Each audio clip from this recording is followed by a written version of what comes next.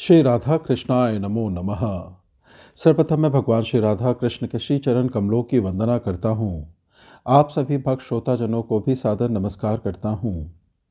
ग्रंथ श्री भक्तमाल में वर्णित भगवान श्री हरि के श्रेष्ठ भक्तों में आज हम नंद बाबा और माता श्री यशोदा जी के भक्ति जीवन चरित्र कथा का श्रवण करने वाले हैं, जो इस ग्रंथ में इस प्रकार से वर्णित है। श्री नंद बाबा की कथा। वैसे तो नंद बाबा नित्य गोलोक धाम में सदा ही विराजमान रहते हैं। भगवान श्री कृष्ण के नित्य सिद्ध पिता है। जब श्याम सुंदर को पृथ्वी पर आना होता है तब गोप गोपियाँ गाय और पूरा व्रजमंडल नंद बाबा के साथ पहले ही पृथ्वी पर प्रकट हो जाता है। किंतु जब भी इस प्रकार के भगवान के नित्य जन पृथ्वी पर पधारते हैं, कोई ना कोई जीव जो सृष्टि में उनका अंश रूप होता है उनसे एक हो जाता है। इसलिए ऐसा भी वर्णन आता है कि पूर्व कल्प में वसुश्रेष्ठ द्रोण और उनकी पत्नी धरा देवी ने भगवान को प्रसन्न करने के लिए बहुत कठिन तपस्या की। जब ब्रह्मा जी उन्हें वरदान देकर तपस्या से निवृत्त करने के लिए उनके समीप आए, तब उन्होंने सृष्टिकर्ता से वरदान मांगा, जब विश्वेश्वर श्री हरि धरा पर प्रकट हो तब हमारा उनमें पुत्र भाव हो। ब्रह्मा जी के उसी वरदान के प्रभाव से द्रोण ब्रज में नंद हुए और धरा देवी यशोदा हुई। मथुरा में वृष्णि वंश में सर्वगुलांकृत राजा देवमीढ़ जी हुए। इनके दो पत्नियां थीं, एक क्षत्रिय कन्या और दूसरी वैश्य पुत्री। क्षत्रिय कन्या से इनके पुत्र हुए शूरसेन जी। इन्हीं शूरसेन जी से जो पुत्र हुए उनका नाम वसुदेव हुआ। वैश्य कन्या से हुए परयन जी। ये अपनी माता के कारण गोप जाति के माने गए और मथुरा के अंतर्गत बृहनंद में यमुना जी के उस पार महावन में इन्होंने अपना निवास बनाया। मथुरा मंडल की गौ संपत्ति के ये प्रमुख अधिकारी हुए। इनके पुत्र हुए उपनंद, अभिनंद, नंद, सनंद और नंद। पिता के पश्चात ब्रजमंडल के गोष्ठ नायकों तथा भाइयों की सम्मति से योग्य होने के कारण मझले भाई होने पर भी नंद जी व्रजेश्वर हुए। वसुदेव जी इनके भाई ही लगते थे और उनसे नंद बाबा की घनिष्ठ मित्रता थी। जब मथुरा में कंस का अत्याचार बढ़ने लगा तब वसुदेव जी ने अपनी पत्नी रोहिणी को नंद जी के यहाँ भेज दिया। गोकुल में ही रोहिणी जी की गोद में बलराम जी पधारे। श्री कृष्ण चंद्र को भी वसुदेव जी चुपचाप नंदगृह में रख आए। राम श्याम नंदगृह में लालित पालित हुए। नंद बाबा वात्सल्य रस के अधिदेवता है। नंद बाबा के प्राण श्री कृष्ण में ही बसते हैं। अपने श्याम के लिए ही वे उठते बैठते खाते पीते चलते फिरते प्राण धारण करते तथा दान धर्म पूजा पाठ आदि करते थे। कन्हैया प्रसन्न रहे, सकुशल रहे, बस एकमात्र यही चिंता और यही इच्छा उनमें थी। जब गोकुल में नाना प्रकार के उत्पात होने लगे, शकट का गिरना, यमलार्जुन का टूटना आदि घटनाएं हुई, तब नंद बाबा अपने पूरे समुदाय के साथ वहां से बरसाने के पास नंदगांव चले गए। एक बार बाबा ने एकादशी का व्रत किया था। रात्रि जागरण करके वे गोपों के साथ हरि कीर्तन में लगे थे। कुछ अधिक रात्रि शेष थी, तभी प्रातकाल समझकर वे स्नान करने यमुना जी में उतर गए। वरुण का एक दूत उन्हें पकड़कर वरुण जी के पास ले गया। ब्रजवासी नंद बाबा को ना देखकर विलाप करने लगे। उसी समय श्री कृष्णचंद्र यमुना में कूदकर वरुण लोक पहुंच गए। जल के अधिदेवता वरुण ने भगवान का बड़ा आदर किया, ससम्मान पूजा की। बाबा को वहां से लेकर श्याम सुंदर लौट आए। इसी प्रकार शिवरात्रि को अंबिका वन की यात्रा में रात को सोते समय जब बाबा को अजगर ने आकर पकड़ लिया और गोपों द्वारा जलती लकड़ियों से मारे जाने पर भी वह टस से मस नहीं हुआ, तब श्री कृष्णचंद्र ने अपने चरणों से छूकर उससे सद्गति दी और बाबा को छुड़ाया। अक्रूर जी व्रज में आए। नंद बाबा गोपों के साथ राम श्याम को लेकर मथुरा चले गए। मथुरा में श्री कृष्णचंद्र ने कंस को मारकर अपने नाना उग्रसेन को राजा बनाया। वसुदेव देवकी को कारागार से छुड़ाया। यह सब तो हुआ, किंतु राम श्याम व्रज नहीं लौटे, वे मथुरा ही रह गए। नंद बाबा को लौट आना पड़ा व्रज। जब उद्धव जी श्याम का संदेश लेकर व्रज आए, तब बाबा ने उनसे व्याकुल होकर पूछा, उद्धव जी, क्या कभी श्याम सुंदर हम सबको देखने यहाँ आएंगे? क्या हम उनके हंसते हुए कमल मुख को एक बार देख सकेंगे? हमारे लिए उन्होंने दावाग्निपान किया, कालिया दमन किया, इंद्र की वर्षा से हमें बचाया, अजगर से मेरी रक्षा की, अनेक संकटों से व्रज का परित्राण किया उन्होंने। उनका पराक्रम, उनकी हंसी, उनका बोलना, उनका चलना, उनकी क्रीड़ा आदि का जब हम स्मरण करते हैं और जब हम उनके चरण कमलों से अंकित पर्वत, पृथ्वी, वन एवं यमुना पुलिन को देखते हैं, तब अपने आप को भूल जाते हैं, हमारी सब क्रियाएं शिथिल पड़ जाती हैं। श्री बलराम जी द्वारा द्वारका से एक बार ब्रज आए और 2 महीने वहां रहे। फिर सूर्य ग्रहण के समय कुरुक्षेत्र में पूरा ब्रजमंडल और द्वारका का समाज एकत्रित हुआ। यहीं बाबा ने अपने शाम को फिर देखा। कुरुक्षेत्र से लौटने पर तो ब्रजमंडल, उसके सभी दिव्य तरु लता पात पतक अनहृत हो गए। जैसे नंद बाबा गोपी गौवे तथा ब्रजमंडल के साथ नित्य लोक से पृथ्वी पर प्रकट हुए थे, वैसे ही नित्य लोक को चले गए, सबको साथ लेकर। ब्रह्मा आदि सभी देव तथा ऋषि मुनि जिन ब्रजमंडल के निवासियों की कृपा को चाहते हैं, उन बालक, वृद्ध, स्त्री, पुरुष, सभी गोपी ग्वालों की चरण रज को मैं अपने सिर पर चढ़ाना चाहता हूँ। नंदगोप, उपनंद, ध्रुवनंद, धरानंद, नंद जी की पत्नी यशोदा जी, कीर्ति देने वाली वृषभानु की पत्नी कीर्ति जी, बरसाने के राजा वृषभानु जी, वृषभानु कुमारी श्री राधिका, प्रसन्न चित्ता सखिया, मधुमंगल, सुबल, सुबाहु, भोज, अर्जुन, श्रीदामा और संपूर्ण ग्वाल मंडली, जिनके अनेक नाम है, जो श्याम सुंदर श्री कृष्ण चंद्र के साथी है, मैं इन सबके पद की धूरी का चाहने वाला हूँ। यशोदा माता की कथा। वसुश्रेष्ठ द्रोण ने पदयोनि ब्रह्मा से यही प्रार्थना की, देव, जब मैं पृथ्वी पर जन्म धारण करूं तो विश्वेश्वर स्वयं भगवान श्री हरि श्री कृष्ण चंद्र में मेरी परमा भक्ति हो। इस प्रार्थना के समय द्रोण पत्नी धरा भी वहीं खड़ी थी। धरा ने मुख से कुछ नहीं कहा, पर उनके अणु अणु में भी यही अभिलाषा थी। मन ही मन धरा भी पदयोनि से यही मांग रही थी। पदयोनि ने कहा, तथास्तु, ऐसा ही होगा। इसी वर के प्रताप से धरा ने ब्रजमंडल के एक सुमुख नामक गोप एवं उनकी पत्नी पाटला की कन्या के रूप में भारतवर्ष में जन्म धारण किया। उस समय जबकि स्वयं भगवान श्री कृष्णचंद्र के अवतरण का समय हो चला था, श्वेत वराह कल्प की 28वीं चतुर्युगी के द्वापर का अंत हो रहा था। पाटला ने अपनी कन्या का नाम यशोदा रखा। यशोदा का विवाह ब्रजराज नंद से हुआ। ये नंद पूर्व जन्म में वही द्रोण नामक वसु थे जिन्हें ब्रह्मा ने वर दिया था। भगवान के नित्य लीला में भी एक यशोदा है। यह भगवान श्री कृष्णचंद्र की नित्य माता है। वात्सल्य रस की धनीभूत मूर्ति ये यशोदा रानी सदा भगवान को वात्सल्य रस का आस्वादन कराया करती हैं। जब भगवान के अवतरण का समय हुआ तो इन चिदानंदमयी वात्सल रसमय यशोदा का भी इन यशोदा में ही आवेश हो गया। पाटला पुत्री यशोदा नित्य यशोदा से मिलकर एक मेक हो गई तथा इन्हीं यशोदा के पुत्र के रूप में आनंद कंद पर ब्रह्म पुरुषोत्तम स्वयं भगवान श्री कृष्णचंद्र अवतीर्ण हुए। जब भगवान अवतीर्ण हुए थे तब उस समय यशोदा की आयु ढल चुकी थी, अतः जब पुत्र हुआ तो फिर आनंद का कहना ही क्या है। माता यशोदा को पुत्र हुआ है, इस आनंद में सारा व्रजपुर निमग्न हो गया। छठे दिन यशोदा ने अपने पुत्र की छठी पूजा की। इसके दूसरे दिन से ही मानो यशोदा वात्सल्य सिंधु का मंथन आरंभ हो गया।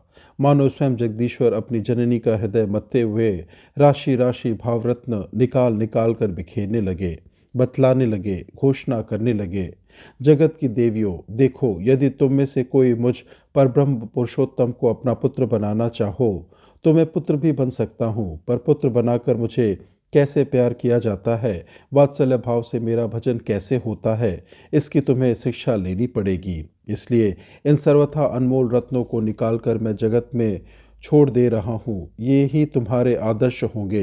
इन्हें पिरोकर अपने हृदय का हार बना लेना। हृदय अलौकित हो जाएगा। उस आलोक में आगे बढ़कर पुत्र रूप से मुझे पालोगी। अनंत काल के लिए सुखी हो जाओगी। अस्तु। कंस प्रेरित पूतना यशोदा नंदन को मारने आई। अपनी विषपूरित स्तन यशोदा नंदन के मुख में दे दिया, किंतु यशोदा नंदन विषमय दूध के साथ ही पूतना के प्राणों को भी हर लिए। शरीर छोड़ते समय श्री कृष्णचंद्र को लेकर ही पूतना मधुपुरी की ओर दौड़ी।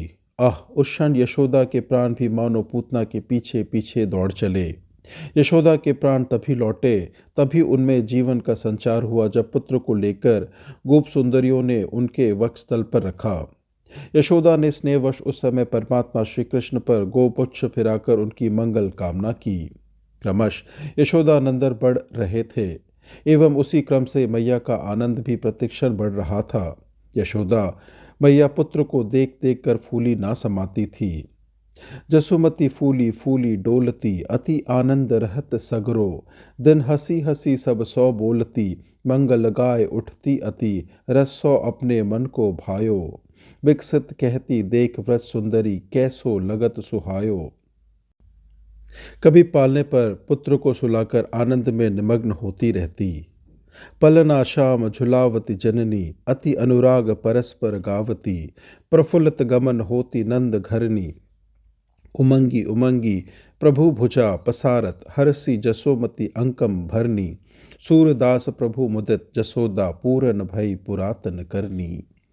इस प्रकार जननी का प्रेम पाकर श्री कृष्णचंद्र तो आज 81 दिन के हो गए, पर जननी को ऐसा लगता थी मानो कुछ देर पहले ही मैंने अपने पुत्र का यह सलोना मुख देखा है। आज मैं अपने पुत्र को एक विशाल शकट के नीचे पलने पर सुला आई थी। इसी समय कंस प्रेरित उत्कच नामक दैत्य आया, उस गाड़ी में प्रविष्ट हो गया। शकट को यशोदानंदन पर गिराकर वह उनको पीस डालना चाहता था, पर इससे पूर्व ही यशोदानंदन ने अपने पैर से शकट को उलट दिया। शक्टासुर के संसरण का अंत हो गया। इधर जब जननी ने शकट पतन का भयंकर शब्द सुना तो ये सोच बैठी कि मेरा लाला तो अब जीवित रहा नहीं। बस ढाड़ मारकर एक बार चित्कार कर बैठी और फिर सर्वथा प्राण शून्य सी होकर गिर पड़ी। बड़ी ही कठिनता से फिर गोप सुंदरिया ने उनकी मूर्छा तोड़ने में सफलता प्राप्त की। उन्होंने आंखें खोलकर अपने पुत्र को देखा। देखकर रोती हुई अपने को धिक्कार देने लगी। हाय रे हाय, मेरा यह नीलमणि नवीनत से भी अधिक सुकोमल है, केवल 3 महीने का है और इसके निकट शकट हठात भूमि पर गिरकर टूट गया। यह बात सुनकर भी मेरे प्राण ना निकले। मैं उन्हीं प्राणों को लेकर अभी तक जीवित हूँ। तो यही सत्य है कि मैं वज्र से भी अधिक कठोर हूँ। मैं कहलाने मात्र को माता हूँ। मेरे पास मातृत्व को, मातृ वात्सलता को धिक्कार है। यशोदा रानी कभी तो प्रार्थना करती, हे विधाता, मेरा वह दिन कब आएगा जब मैं अपने लाल को घुंटरू चलते देखूंगी। दूध की दातुलिया देखकर मेरे नेत्र शीतल होंगे। इसकी तोतली बोली सुनकर कानों में अमृत बहेगा। तथा कभी श्री कृष्णचंद्र से ही निहोरा करने जाती, ननहरिया गोपाल लाल, तू बेगी बड़ो किन होई, इहे मुख मधुर बचन हसी, कंधो जननी कहे कब मोही। जननी का मनोरथ पूर्ण करते हुए क्रमश श्री कृष्णचंद्र बोलने भी लगे, घुंटरू भी चलने लगे और फिर खड़े होकर भी चलने लगे। इतने में वर्ष पूरा हो गया। यशोदा रानी ने अपने पुत्र की प्रथम वर्षगांठ मनाई। इसी समय कंस ने तृणावर्त दैत्य को भेजा। वह आया और यशोदा के नीलमणि को उड़ाकर आकाश में चला गया। यशोदा मातृवत्सता गौ की भांति पृथ्वी पर गिर पड़ी। इस बार जननी के जीवन की आशा किसी को ना थी, पर जब श्री कृष्णचंद्र तृणावर्त को चूर्ण विचूर्ण कर लौटे, गोपियां उन्हें दैत्य के छिन्न भिन्न शरीर पर से उठा ले आए तो तत्क्षण यशोदा के प्राण भी लौट आए। दैत्य के द्वारा अपहृत शिशु को पाकर महाप्रयाण में लीन होने पर भी यशोदा उसी क्षण वैसे ही चैतन्य हो गई जैसे वर्षा का जल पाकर इंद्रगोप कीट की भांति जीवित हो जाती है। यशोदा एवं श्री कृष्णचंद्र में होड़ लगी रहती थी। यशोदा का वात्सल उमड़ता उसे देखकर उससे 100 गुने परिमाण में श्री कृष्णचंद्र का लीला माधुर्य प्रकाशित होता। फिर इस लीला माधुर्य को देखकर सहस्त्रगुनी मात्रा में यशोदा का भाव सिंधु तरंगित हो उठता। इन भाव लहरियों से धुलकर पुनः श्री कृष्णचंद्र की लीला किरणें निखर उठती। क्षण भर पूर्व जो थी उससे लशगुणित परिमाण में चमक उठती। इस क्रम से बढ़कर यशोदा का वात्सल अनंत असीम अपार बन गया था।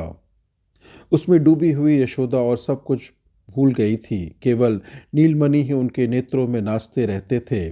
कब दिन हुआ, कब रात्रि आई, यशोदा को यह भी किसी के बताने पर ही भान होता था। उनको क्षण भर के लिए भाव समाधि से जगाने के लिए ही मानो यशोदानंदन ने मृत्तिका का भक्षण की लीला की। श्री कृष्ण ने मिट्टी खाई है, यह सुनकर यशोदा उनका मुख खुलाकर मिट्टी ढूंढने गई और उनके मुख में सारा विश्व अवस्थित देखा। देखकर एक बार तो कांप उठी। देखे चर अरु अचर सिंधु कानन सरी सरीबर, देखयो धरनी आकाश सूर खेचर ससी गिरिबर, देखे काल सजीव लोक जसुदा नंदादिक, देखे सुर अरु असुर पवन पनंग तप साधिक, भानी मान अमित ब्रह्मांड लखी, देखी अनल तोखन तपतु, मुख सूखी बचनु आवत नहीं, मेहरी गातु थर थर कपतु। किंतु इतने में ही श्री कृष्णचंद्र की वैष्णवी माया का विस्तार हुआ। यशोदा वात्सल्य सागर में के एक लहर में गिर पड़ी। वह यशोदा के इस विश्व दर्शन की स्मृतिता को बहा ले गई। नीलमणि को गोद में लेकर यशोदा अपने प्यार से उन्हें स्नान कराने लगी। यशोदा भूली रहती थी, पर दिन तो पूरे होते ही थे। यशोदा के अनजान में ही उनके पुत्र की दूसरी वर्षगांठ भी आ पहुंची। फिर देखते देखते ही उनके नीलमणि 2 वर्ष 2 महीने के हो गए। पर अब नीलमणि ऐसे इतने चंचल हो गए थे कि यशोदा को एक क्षण भी चैन नहीं। गोपियों के घर जाकर तो न जाने कितने दही के भांड फोड़ दिए। एक दिन मैया का वही दही भांड भी फोड़ दिया जो उनके कुल में वर्षों से सुरक्षित चला आ रहा था। जननी ने डराने का उद्देश्य से श्री कृष्णचंद्र को उखल में बांधा। सारा विश्व अनंत काल तक यशोदा की इस चेष्टा पर बलिहार जाएगा। जन बांधयो सुर असुर नाग मुनि, प्रबल कर्म की डोरी, सोई अभेछन ब्रह्म जसुमति हटी, बंधयो सकत न छोरी। इस बंधन को निमित्त बनाकर यशोदा के नीलमणि ने 2 अर्जुन वृक्षों को जड़ से ही उखाड़ दिया। फिर तो ब्रजवासी यशोदा नंदन की रक्षा के लिए अतिशय व्याकुल हो गए। पूतना से, शकट से, तृणावर्त से, वृक्ष से इतनी बार तो नारायण ने नीलमणि को बचा लिया। अब आगे यहाँ से गोकुल में तो एक क्षण भी नहीं रहना चाहिए। गोपों ने परामर्श करके निश्चय कर लिया, बस इसी क्षण वृंदावन चले जाना हुआ। यही हुआ। यशोदा अपने नीलमणि को लेकर वृंदावन चली आई। वृंदावन आने के पश्चात श्री कृष्णचंद्र की अनेकों भुवन मोहिनी लीलाओं का प्रकाश हुआ। उन्हें गोप बालकों के मुख से सुन सुनकर तथा कुछ को अपनी आंखों से देखकर यशोदा कभी तो आनंद में निमग्न हो जाती, कभी पुत्र की रक्षा के लिए उनके प्राण व्याकुल हो उठते। भगवान श्री कृष्ण का 3रा वर्ष अभी पूरा नहीं हुआ था, फिर भी वे गौवा चराने वन में जाने लगे। वन में वत्सासुर, वकासुर आदि को मारा। जब इन घटनाओं का विवरण जननी सुनती थी तो पुत्र के अनिष्ट की आशंका से उनके प्राण छटपट करने लगते। 5वें वर्ष की शुक्लाष्टमी से श्री कृष्णचंद्र का गोचारण आरंभ हुआ तथा इसी वर्ष ग्रीष्म के समय उनकी काल्यदमन लीला हुई। काल्य के बंधन में पुत्र को बंधा देखकर यशोदा जी की जो दशा हुई थी उसे चित्रित करने की क्षमता किसी में नहीं। 6ठे वर्ष में जैसी जैसी विविध मनोहारिणी गोष्ठ क्रीड़ा श्री कृष्णचंद्र की, उसे सुन सुन के यशोदा को कितना सुख हुआ था, इसे भी वर्णन करने की शक्ति किसी में नहीं। 7वें वर्ष धेनु का वध की घटना हुई। 8वें वर्ष गोवर्धन धारण की लीला हुई। 9वें वर्ष में सुदर्शन का उद्धार हुआ। 10वें वर्ष अनेकों आनंदमयी बाल क्रीड़ाएं हुई। 11वें वर्ष अरिष्टावध हुआ। 12वें वर्ष के गौण फाल्गुन मास की द्वादशी को केशी दैत्य का उद्धार हुआ। इन अवसरों पर यशोदा के हृदय में हर्ष अथवा दुख की जो धाराएं फूट निकलती थी उनमें यशोदा स्वयं तो डूब ही जाती थी, सारे व्रज को भी निमग्न कर देती थी। इस प्रकार 11 वर्ष 6 महीने यशोदा रानी के भवन को श्री कृष्णचंद अलौकित करते रहे, किंतु अब यह अलोक मधुपुरी जाने वाला था। श्री कृष्णचंद्र को मधुपुरी ले जाने के लिए अक्रूर आ ही गए। वही फागुन द्वादशी की संध्या थी। अक्रूर आकर यशोदा के हृदय पर मानो अति क्रूर वज्र गिरा दिया। सारी रात व्रजेश्वर व्रजरानी यशोदा को समझाते रहे, पर यशोदा किसी प्रकार भी सहमत नहीं हो रही थी। किसी हालत में पुत्र को कंस की रंगशाला देख आने की अनुमति नहीं देती थी। आखिर योग माया ने माया का विस्तार किया। यशोदा भ्रांत हो गई। अनुमति तो उन्होंने फिर भी नहीं दी, पर अब तक जो विरोध कर रही थी वह न करके आंसू ढालने लगी। विदा होते समय यशोदा रानी की जो करुण दशा थी उसे देखकर कौन नहीं रो पड़ा होगा। व्यग्र हुई यशोदा यात्रा के समय करने योग्य मंगल कार्य भी नहीं कर सकी। इतनी भ्रांचित हो गई कि अपने वात्सल्य के उपयुक्त पुत्र को कोई पाथेय तक नहीं दे रही है, देना भूल ही गई। श्री कृष्णचंद्र को हृदय से लगाकर निरंतर रो रही है। उनके असत्र अश्रु प्रवाह से भूमि पंकिल हो रही है। रथ श्री कृष्णचंद्र को लेकर चल पड़ा। रथ चक्रों के चिन्ह भूमि पर अंकित होने लगे, मानो धरारूपणी यशोदा के छिदे हुए हृदय को पृथ्वी देवी व्यक्त कर रही थी। श्री कृष्णचंद्र के विरह में जननी यशोदा की क्या दशा हुई, इसे यथार्थ वर्णन करने की सामर्थ्य सरस्वती में भी नहीं। यशोदा मैया वास्तव में विक्षिप्त हो गई। जहाँ श्री कृष्णचंद्र रथ पर बैठे थे, वहाँ प्रतिदिन चली आती। उन्हें दिखता अभी अभी मेरे नीलमणि को अक्रूर लिए जा रहे हैं। वे चित्कार कर उठती, अरे क्या व्रज में कोई नहीं जो मेरे जाते हुए नीलमणि को रोक ले, पकड़ ले। वह देखो रथ बढ़ा जा रहा है, मेरे प्राण लिए जा रहा है, मैं दौड़ नहीं पा रही हूँ। कोई दौड़कर मेरे नीलमणि को पकड़ लो भैया। कभी जड़ चेतन पशु पक्षी मनुष्य जो कोई भी दृष्टि के सामने आ जाता, उसी से वसुदेव पत्नी देवकी को अनेकों संदेश भेजती। उन संदेशों में एक यह भी था, संदेशो देवकी सो कहियो, हाथों धाय तुम्हारो सुत की। मया करत नत रहियो, जदपि टेव तुम जानत उनकी। तव मोही कही आवे, प्रातः ही उठत तुम्हारे सुत को। माखन रोटी भावे, तेल उबटनो अरु तातो। जल देखत ही भजी जावे, जोई जोई मांगत सोई सोई देती। क्रम क्रम करी करी नहावे। सूर पथिक सुनी मोही, रैन दिन बढ़्यो रहत उर सोच। मेरो अलग लड़े तो मोहन, है हो करत सकोच। किसी पथिक ने यशोदा का यह संदेश श्री कृष्णचंद्र से जाकर कह भी दिया। सांत्वना देने के लिए श्री कृष्णचंद्र ने उद्धव को भेजा। उद्धव आए, पर जननी के आंसू पोंछ नहीं सके। यशोदा रानी का हृदय तो तब शीतल हुआ जब वे कुरुक्षेत्र में श्री कृष्णचंद्र से मिली। राम श्याम को हृदय से लगाकर गोद में बैठाकर उन्होंने नवजीवन पाया। कुरुक्षेत्र से जब यशोदा रानी लौटी तो उन्हें ऐसा लग रहा था कि जैसे उनके नीलमणि उनके साथ ही वृंदावन लौट आए। यशोदा का उजड़ा हुआ संसार फिर से बस गया। श्री कृष्णचंद्र अपनी लीला समेटने वाले थे, इसलिए अपनी जननी यशोदा को भी पहले से ही भेज दिया। जब वृषभानु नंदिनी गोलोक विहारिणी श्री राधिका किशोरी को वे विदा करने लगे तो गोलोक के उसी दिव्यते दिव्य विमान पर जननी को भी बिठाया तथा राधिका किशोरी के साथ ही यशोदा अंतर्धान हो गई, गोलोक में पधार गई। धन्य है नंद बाबा और यशोदा मैया। इस प्रकार से आज की कथा यहीं संपन्न होती है। श्रवण करने के लिए और अपना बहुमूल्य समय देने के लिए आपको धन्यवाद। त्रुटियों के लिए क्षमा प्रार्थी हूँ। श्री राधा कृष्णाय नमो नमः।